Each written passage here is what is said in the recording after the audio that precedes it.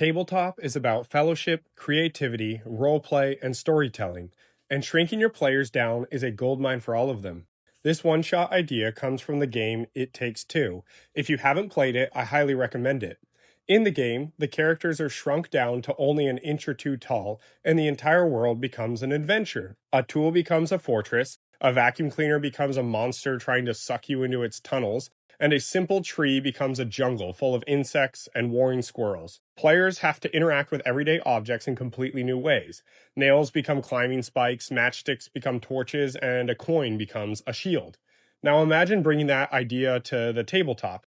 Instead of fighting goblins and orcs, your players might battle heavily armored gas-spewing beetles in the garden or fat, sharp-toothed mice lurking in the crawlspace shadows. And some creatures become comically terrifying at that size. A house cat suddenly feels like a dragon. Once you start thinking this way, the ideas multiply very quickly. For our session, my players were garden gnomes. They awoke having been painted by a witch who passed out from the fumes while painting the final magical strokes that brought them to life. I used a timer mechanic. When it expired, the witch's crow burst from its cage and chased them towards a crack in the wall. From there, they navigated their way through the house, fighting insects and rodents in the wall and crawl space. It all culminated with the witch waking up, screeching, and stabbing her knife into the floorboards, trying to slay them before they could escape outside. This was just our version, rooted in fantasy, but the possibilities are nearly endless.